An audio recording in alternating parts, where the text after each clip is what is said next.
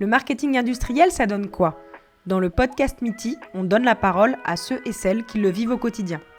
Bienvenue à tous dans cette saison 1 du podcast Miti avec Renaud Atterer, responsable web marketing chez IFM, pour parler un peu plus spécifiquement vidéo. Mais d'abord, Renaud, je te laisse te présenter si tu veux bien. Alors, bonjour à tous. Donc, je suis Renaud Atterer. Moi, je suis en charge de tout ce qui est communication digitale et web marketing pour la filiale France d'IFM.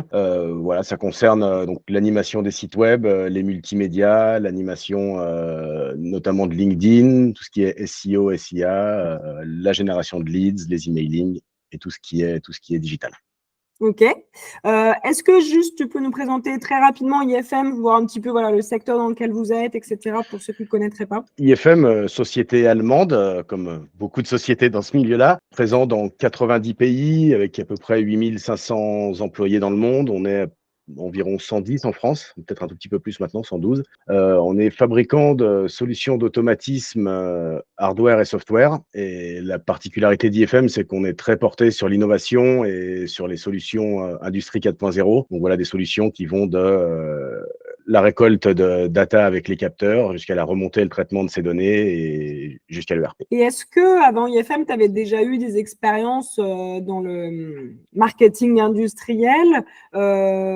Si oui ou si non, dans tous les cas, quelle était ta vision et quelle est ta vision aujourd'hui du marketing, de la place du marketing dans l'industrie? Alors, avant IFM, j'avais pas du tout d'expérience dans le marketing industriel. Je faisais déjà du marketing, déjà du digital, mais pas du tout dans l'industrie. Ok. J'avais une vision assez bleu de travail et cambouis de l'industrie. Et c'est quelque chose sur lequel je me trompais et j'avais pas idée de tout ce qu'il y avait à faire et tout ce qui était possible de faire et de à quel point ça peut bouger dans l'industrie, autant en termes d'innovation qu'en termes de marketing, qu'en termes de com, et sur tout le pan de l'industrie, j'avais pas notion de tout ça. Ouais, pour le coup, je pense aussi qu'IFM est plutôt bon élève dans le domaine de ce que je vois, moi, en suivant sur les réseaux sociaux, etc., en étant un petit peu en contact avec toi. Donc, c'est clair qu'il y a un beau terrain de jeu.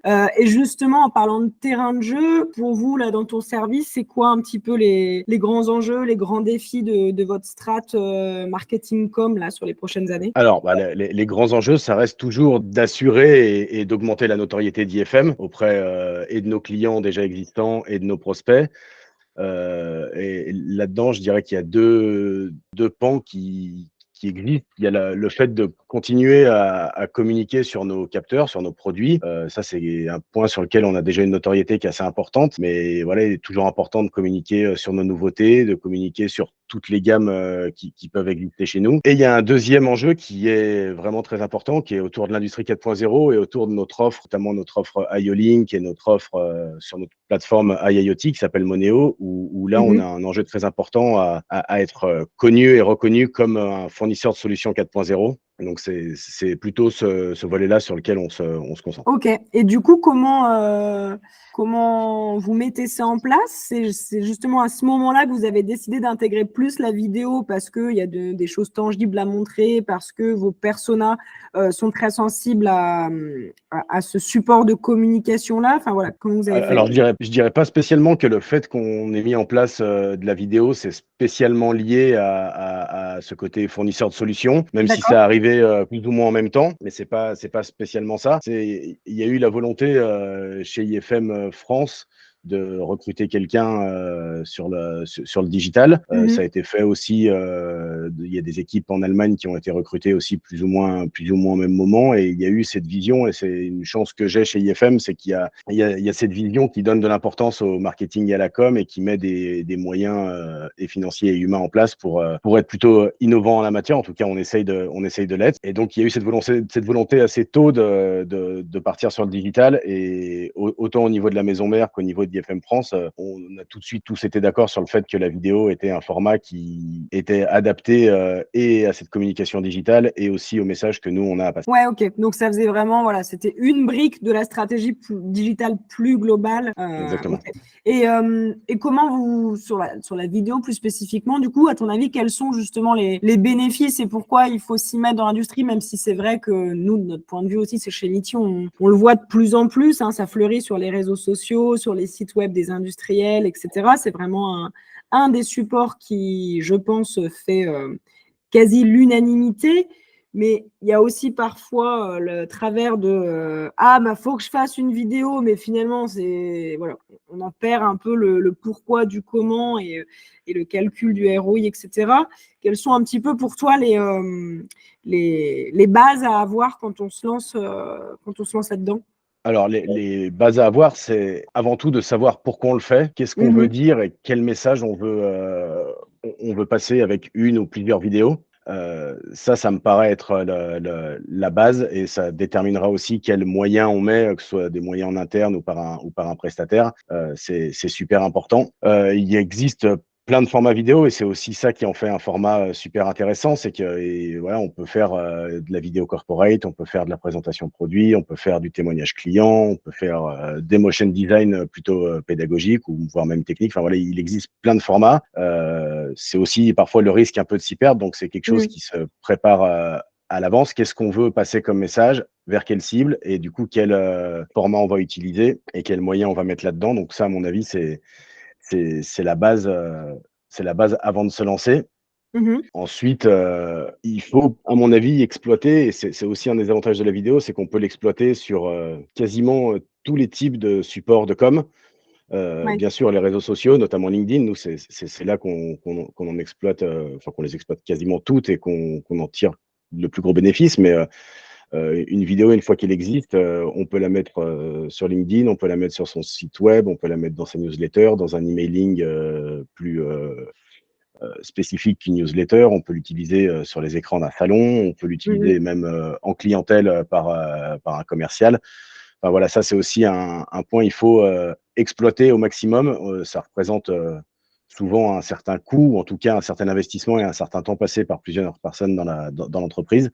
Donc, c'est, à mon avis, très important aussi de prévoir ça, de comment on exploite la vidéo et comment on la rentabilise au plus, sachant que calculer un véritable ROI sur une vidéo, c'est jamais vraiment facile. Si on fait juste une colonne plus et une colonne moins, c'est souvent compliqué Ouais, tout à fait. d'arriver à un vrai résultat. En tout cas, voilà, effectivement, bien retenir qu'il y a la stratégie amont de création, etc.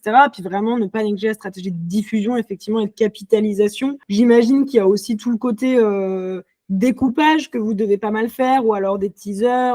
Nous, on est fervents utilisateurs des bêtisiers, mais voilà, c'est le cas de tout le monde. Mais en tout cas, effectivement, au sein même dans la création d'une vidéo, finalement, il y a plein de petites choses qu'on peut faire autour, des petites options que l'on peut utiliser, etc. J'imagine que c'est quelque chose que vous faites. C'est quelque chose qu'on fait et qu'on va faire de plus en plus, oui. Alors, notamment le découpage et essayer de proposer des formats le plus court possible ou en tout cas le plus snack content possible et de les découper peut-être par thème ou par épisode ou ce genre de choses. Ouais, c'est quelque chose qui est à la mode, en tout cas sur les réseaux sociaux notamment. Et c'est quelque chose sur lequel on va aussi se diriger, bien conscient aussi que quand on fait une vidéo, notamment un témoignage client, on parle de l'intégralité de la solution IFM qui est en place chez le client et des bénéfices qu'il en a tirés. Mais l'intégralité de la solution n'intéresse pas l'intégralité des clients. Donc, ça a aussi un intérêt de pouvoir présenter des choses plus spécifiques. Ouais, ok.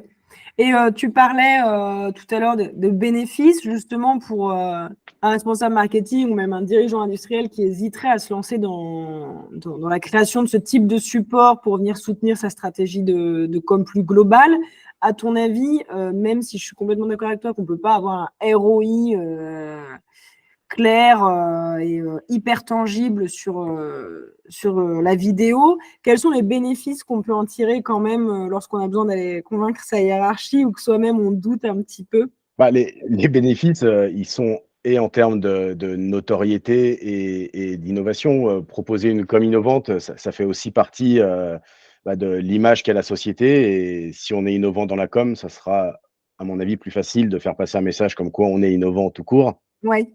Et voilà, et peut-être qu'aller voir sa hiérarchie avec une vidéo ou en tout cas un pilote qui puisse déjà exister, ça peut aussi convaincre. Après, voilà, dans les bénéfices, alors ils sont difficiles à présenter une direction, mais voilà, nous on a beaucoup de retours clients sur nos vidéos. À partir du moment où on s'est mis à faire des vidéos chez des clients, notamment des témoignages clients, c'est devenu beaucoup plus facile d'ouvrir les portes d'autres clients parce qu'on avait des choses à présenter et des choses qu'on essaye de faire le plus belles possibles, les vidéos les plus belles possibles. Et donc, à partir de ce moment-là, ça a pu ouvrir les portes. Et plus les portes sont ouvertes et plus on l'a fait, plus ça devient quelque chose qui est simple, entre guillemets, à mettre en place et qui prend un petit peu moins de temps qu'au démarrage. Oui, parce que nous, c'est souvent aussi une des difficultés qu'on a lorsqu'on mène des projets vidéo avec nos clients, c'est d'aller convaincre leurs clients, même si finalement, je suis complètement d'accord avec toi, c'est du win-win au final. Est-ce qu'il y a d'autres difficultés dans la mise en place d'un projet vidéo auxquelles toi, tu as été confronté et sur lesquelles tu pourrais partager tes bonnes pratiques, que ce soit en amont justement au niveau de la strate, de la création de la prod ou en aval sur la diffusion? Alors oui, des difficultés, il y en a eu, il y en a. Après, dans la plupart du temps, hein, ça se passe très bien et les clients nous ouvrent grand leurs portes et il y a peu de soucis. Je dirais que la principale difficulté, c'est le temps que ça peut prendre entre la naissance du projet vidéo et la diffusion pour la première fois de la vidéo. C'est des temps qui, pour les décideurs, peuvent paraître très longs parce que on a eu un projet chez tel client. Enfin, notamment, je parle de ça quand ça implique plusieurs entreprises. Mais voilà, entre le moment où on a eu un projet chez un client, où on décide que ce projet il serait intéressant à montrer en vidéo. Donc, il y a un temps de présentation, il y a un temps de validation chez le client, et il faut accorder les agendas pour que le tournage puisse se faire. Ensuite, il y a un temps d'échange pour arriver à une vidéo qui convient à tout le monde et dans laquelle tout le monde est mis en valeur.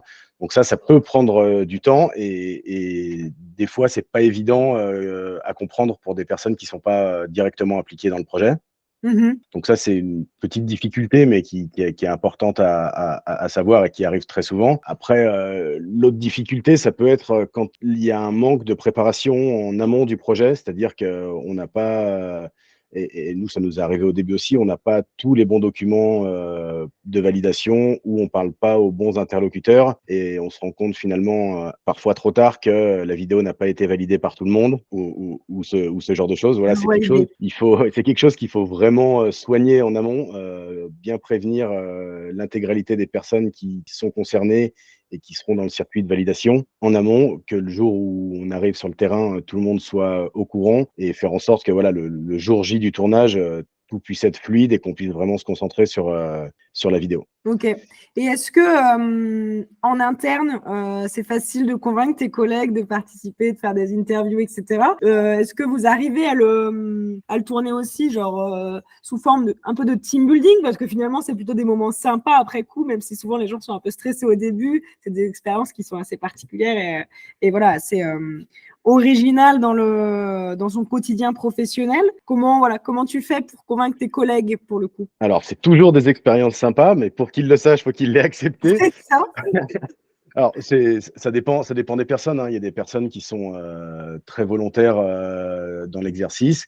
Il y a des personnes qu'il faut convaincre. Voilà, on essaye aussi de les rassurer en leur disant que ce sera un petit comité. C'est pas une équipe de tournage de cinéma avec 45 personnes qui seront autour de la caméra. La plupart du temps, ils ont peur de cafouiller ou autre chose ou d'avoir un texte à lire. Enfin, voilà, nous, c'est quelque chose qu'on évite à tout prix d'avoir des textes à lire. On pratique les interviews sous forme de discussion. On essaye d'oublier au mieux la caméra, on discute et ensuite, au montage, on prend ce qu'on a à prendre et la plupart du temps, ça se passe bien. Et encore une fois, plus on en a fait, plus il y a des personnes qui peuvent en témoigner, plus c'est simple de convaincre les autres. Ouais, même chose que pour effectivement les témoignages clients. Finalement, c'est la première ou les deux premières qui sont un peu plus laborieuses et après la dynamique, la mayonnaise prend, comme on dit, et après ça se lance. Pour revenir un petit peu en amont de tout ça, qu'est-ce qui te fait dire que la vidéo est particulièrement adaptée au monde industriel, si tu as un avis là-dessus? À mon sens, en tout cas, il y a ce côté tangible. Globalement, dans l'industrie, la plupart du temps, on a des choses à montrer déjà. Et puis peut-être que ça permet de donner une autre image que le côté bleu de travail et cambouis dont tu parlais tout à l'heure. Est-ce que tu vois d'autres choses? Déjà, ça humanise un petit peu, même beaucoup, le message. Et ça, c'est très important, notamment quand on parle d'industrie 4.0 où certains peuvent être un petit peu réticents ou avoir l'impression que c'est devenu l'industrie où il n'y a plus personne dedans, où il y a uniquement des robots et des AGV. Et ça permet de montrer aussi qu'il y a des humains qui sont derrière tout ça. Et ça, pour nous, chez IFM, c'est vraiment super important. Ça permet d'avoir des avis clients, des témoignages clients. Et ça, c'est de mon point de vue, c'est vraiment ce qui est le plus efficace. Que quelqu'un témoigne, déjà que quelqu'un prenne la peine d'accepter de témoigner pour une société et de dire cette solution, elle me convient, je l'ai choisie et j'en suis content. C'est un message qui est super fort et qui n'a pas besoin d'être fait dans une vidéo de 15 minutes. Donc voilà, je pense que c'est particulièrement adapté parce qu'on peut, en format assez court, montrer des choses qui sont en place, qui existent, qui tournent, et des gens qui les utilisent et qui en sont satisfaits, et montrer aussi une relation entre un fournisseur et un client. Et voilà, ça, c'est les 3 points principaux qui me font dire que c'est un format qui est adapté. Ouais, ok, super. Est-ce que tu avais un dernier message à faire passer ou une anecdote à nous partager sur ton expérience, soit au niveau du marketing plus globalement dans le monde industriel, soit sur les vidéos plus spécifiquement? Ah, des anecdotes, j'en ai 1000, mais je ne sais pas si je peux toutes les raconter ici. Peut-être pas. Mais non, j'ai un message à faire passer. J'encourage les acteurs du secteur de l'industrie à se lancer dans la vidéo, parce que c'est un format qui est engageant, et pour les clients et même en interne. C'est toujours sympa d'avoir une vidéo de ses équipes, d'avoir une vidéo de sa société. Enfin, c'est quelque chose qui est assez fort, qui ne nécessite pas de se dire tiens, en 2024, on va faire 60 vidéos. On peut y aller aussi une par une, step by step. Et moi, je reste assez persuadé que les personnes qui ne sont pas encore lancées et qui vont se lancer, s'ils se lancent correctement, ça deviendra assez rapidement un élément assez essentiel de leur com, parce que c'est un outil qui marche très bien et qu'on peut utiliser partout. Et puis même pour le recrutement, je suppose aussi, on en a un petit peu moins parlé. Ouais, mais c'est un format qui fonctionne bien aussi chez les plus jeunes générations, quoi, pour le recrutement, pour la marque employeur, c'est super important aussi de montrer. C'est un petit peu le même principe que sur le témoignage client, montrer un employé qui explique pourquoi il est bien dans une société. C'est un message qui est assez fort par rapport à une offre d'emploi sur Indeed ou sur un site. Voilà, c'est quelque chose qui peut avoir de l'impact. Montrer aussi qu'il peut y avoir des gens jeunes, des gens moins jeunes, qu'il y a une bonne ambiance dans la société. Enfin, voilà, tout un tas de choses qu'on peut montrer dans la société, c'est aussi super important. Super. Et juste, je suis curieuse, mais quels sont les chiffres clés là sur votre stratégie vidéo chez IFM, le nombre de vidéos que vous produisez et puis ce que vous projetez de faire? Le nombre de vidéos qu'on produit, ou le nombre de vues peut-être que vous avez au global? Sur les meilleures vidéos qui ont été tournées et faites en France et publiées sur la page LinkedIn d'IFM France, c'est allé jusqu'à entre 20 et 30 000 vues sur une seule vidéo. Donc, ça reste quelque chose qui a de l'impact vis-à-vis du budget qu'on peut mettre en face. Moi, j'ai 350 vues sur le film Corpomity, j'étais contente, tu vois. Finalement, je le vis très mal maintenant. Voilà, ça arrive pas sur toutes les vidéos non plus. Non, mais bien sûr. Et puis bon, on n'a pas la même taille d'entreprise et la même aura non plus. Mais... Exactement.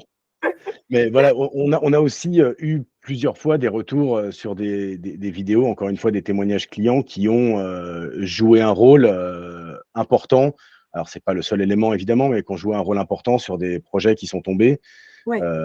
Parce que voilà, on a réussi à choisir une vidéo sur des solutions qui sont reproductibles, sur lesquelles des clients peuvent s'identifier et qui ont joué un rôle dans l'avant-vente du projet.